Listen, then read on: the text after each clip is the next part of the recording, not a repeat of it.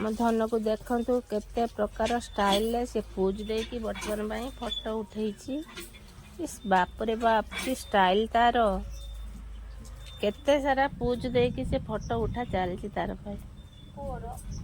ଦେଖୁନୁ କି ଷ୍ଟାଇଲ ତାର, ଦେଖ ଏଇଠି ଦେଖ ଦେଖ ଖାଲି ପୋଜ୍ ଦେଇକି ଗୋଟେ ପରେ ଗୋଟେ ଫଟୋ ଉଠା ଚାଲିଛି। ଇଏ ଆମର ବଢିଆନେ ହିରୋ ହବ। ଧନ ହିରୋ ହବୁ ନା? ଦେଖନ୍ତୁ କେତେ ସାରା ପୋଜ୍ ଦେଇକି ଲୁ ବାବା, ଯେମିତି କହିଲା ବେଳକୁ ସେମିତି ଷ୍ଟାଇଲରେ ସେ ଫଟୋ ଉଠା ଚାଲିଛି ତାର। ପୁଣି ମଝିରେ ମଝିରେ କହୁଛି ଯେ ମତେ କ୍ୟାମେରା ଦେଇଦିଅ, ମୁଁ ନିଜେ ଫଟୋ ସୁଟ୍ କରିମି, ତମେ ପାରିବନି, ତମେ ଛୋଟ ପିଲା, ସିଏ ହିଁ ବଡ଼ ପିଲା। ସେଥିପାଇଁ ମଝିରେ ମଝିରେ ରଡି କରିଦଉଛି। ବାପରେ ବାପ କି ଷ୍ଟାଇଲ ତାର। ଧନ ରାଗିକି ଶୋଇ ପଇଲା। କ୍ୟାମେରା ଯେମିତି ନଦେଲୁ ବାପା, କି ହସ ତାର, ତା ସ୍ମାଇଲ ଟାକୁ ଟିକେ ଦେଖନ୍ତୁ। ଆମ ଧନ ଦେଖିବା ଆସ, ଦେଖ ତମେ କି ପୋଜ୍ ଦଉଥିଲ ବାବା, କି ଷ୍ଟାଇଲ ତାର ବାବା। ମଝିରେ ମଝିରେ ମତେ ବି ହକ୍ କରିଦଉଛି। ଗୁଡୁଲ ଦେଖିବା ଆସ, ଦେଖିବା ଆସ ଗୁଡୁଲ, କି ଷ୍ଟାଇଲ ବାବା। ଆମ ଗୁଡୁଲ ଷ୍ଟାଇଲ ଦେଖିଲା ମାନେ ତମେ ପଡିଯିବ ତା ପାଖରେ, ତମେ ଷ୍ଟାଇଲ କିଛି କରିପାରିବନି। ବାପରେ ବାପ କି ଷ୍ଟାଇଲ। ବର୍ତ୍ତମାନ ପାଇଁ ମୁଁ ଆମ ଘରେ ଅଛି, ମାନେ ମୋ ବାପ ଘରେ। ଆଜି ମଟନ ଉପଲକ୍ଷେ ମୁଁ ଆମ ଘରକୁ ଆସିଛି। ଆମର ବି ମଟନ ରୋଷେଇ ସରି ଆସିଲାଣି।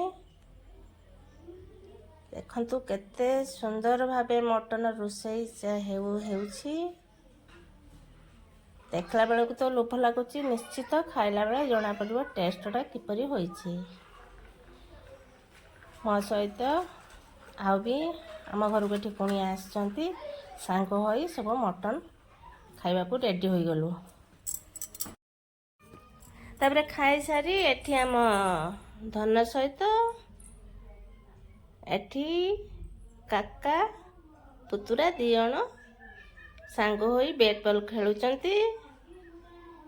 ତା ସହିତ ମୁଁ ବି ମଝିରେ ମଝିରେ ତାଙ୍କ ସହିତ ଖେଳୁଛି। ଆମର ଟିମରେ ଆମେ 3 ଜଣ ଅଛୁ, ମୁଁ, ନାତି ଏବଂ ମୋ ବଡ଼ ଭାଇଙ୍କର ସାନ ଭାଇଙ୍କର ପୁଅ। 3 ଜଣ ଆମ ଟିମରେ ସାଙ୍ଗ ହୋଇ ବଲ୍ ବ୍ୟାଟ୍ ଖେଳୁଛୁ।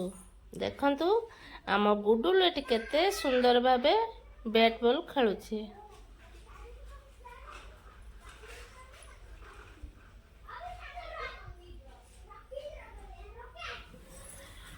ଗୁଡୁଲ ଏଡେ ଫିଙ୍ଗ ଏଣେ ଫିଙ୍ଗ, ଅପା ଏଡେ ଫିଙ୍ଗ, ଗୁଡୁଲ ହେଇଗଲୁ। ବାପରେ ବାପ ବାବା, କି ସୁନ୍ଦର ପୋଜରେ ସେ ବଟ୍ ବଲ୍ ଖେଳୁଛି। ଗୁଡୁଲ ମତେ ଦିଅ, ତମେ ବ୍ୟାଟିଂ କର, ମୁଁ ବୋଲିଂ କରେ। ଆସ ଆସ ମୋ ଆଡେ ଆସ। ନା ହେଇପାରିବନି, ସିଏ କହୁଛି ମୁଁ ବ୍ୟାଟିଂ କରିବି, ମୁଁ ବି ବୋଲିଂ କରିବି।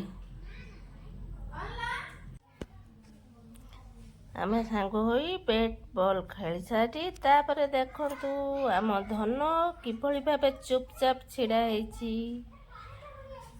ଆମେ କହିଲୁ ଏବେ ବ୍ୟାଟ୍ ବଲ୍ ଖେଳିବା ଷ୍ଟପ୍ କରିଦେବା, କିନ୍ତୁ ସେ ଯେ କହିଲା ନା, ଆମେ ସାଙ୍ଗ ହୋଇ ସମସ୍ତେ ଖେଳିବା। ଆପଣ ଜାଣିଥିବେ ଛୋଟ ପିଲାଙ୍କ କଥା, ସେ କିଭଳି ଭାବେ ଜିଦ୍ଦି କଲେ ତାଙ୍କର କିଭଳି ଭାବେ ଜିଦ୍ଦି ପୂରଣ ହୁଏ। ବାବା କି ସ୍ମାଇଲ ତାର।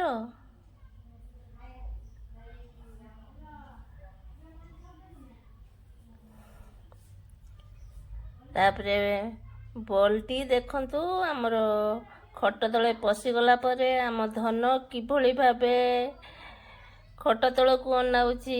ଲୁ ବାପ, ଆମେ କେହି ଯାଉନୁ ଆଣିବାକୁ, ସିଏ ଆମ ସହିତ ଜିଦ୍ଦି କରୁଛି, ଆମକୁ ବି ଜଣେଇ ଦଉଛି ଯେ ଏଠି ବଲଟି ପଶିଯାଇଛି। ଆମେ ଜାଣିଛୁ ସତ, କିନ୍ତୁ ତା ଅଜାଣତରେ କହିଦଉଛୁ ଆମେ କିଛି ଜାଣିନାହୁଁ।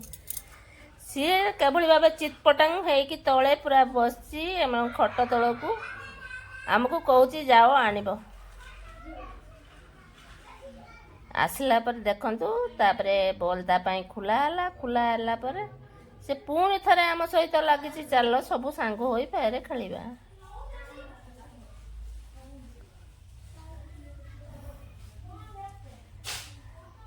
ଆମ ପୁଅ ଏଠି ଲୁଚେଇ ଦେବାରୁ ସିଏ ଏପଟ ସେପଟ ହେଇକି କହୁଛି ଯେ ଯେଉଁ ପଟେ ବଲ୍ ଗଲାବେଳକୁ ସେ ସେପଟେ ଚାହୁଁଛି। ସେ ବି ଜାଣିପାରୁଛି ଯେ କେଉଁ ପଟେ ବଲ୍ ଅଛି। ବାବା ବଲ୍ ଫିଙ୍ଗି ଦେଲାରୁ ଫେର ଖୁସି ହେଇ ଚାଲି ଆସିଲା। ଏବେ ଥାଉ, ଏବେ ଷ୍ଟପ୍ କରିଦେବା ବଲ୍ ଖେଳ। ତାପରେ ସନ୍ଧ୍ୟାରେ କ୍ଷୀର ବି ଗରମ ହୋଇସାରିଛି।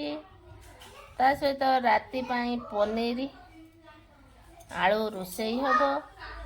ପନିର ବି ସରିଗଲାଣି। ତାପରେ ସନ୍ଧ୍ୟାରେ ଆଇସ୍କ୍ରିମ୍ ଟିକେ ଆଣି ଆଉ କୋଲ୍ଡ ଡ୍ରିଙ୍କସ୍ ଆଇସ୍କ୍ରିମ୍ ଆଣି ସବୁ ସାଙ୍ଗ ହୋଇ ସେୟାର କରି ପିଇଲୁ।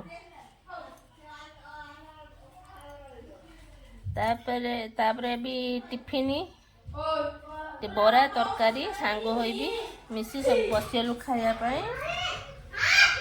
ଆଜି ଦିନଟା କାମ ଚାହିଁଥିଲି କେଜାଣି ଆଜି ପୁରା ଖାଇବାଟା ମୋର ମସ୍ତ ପୁରା ହୋଇଛି।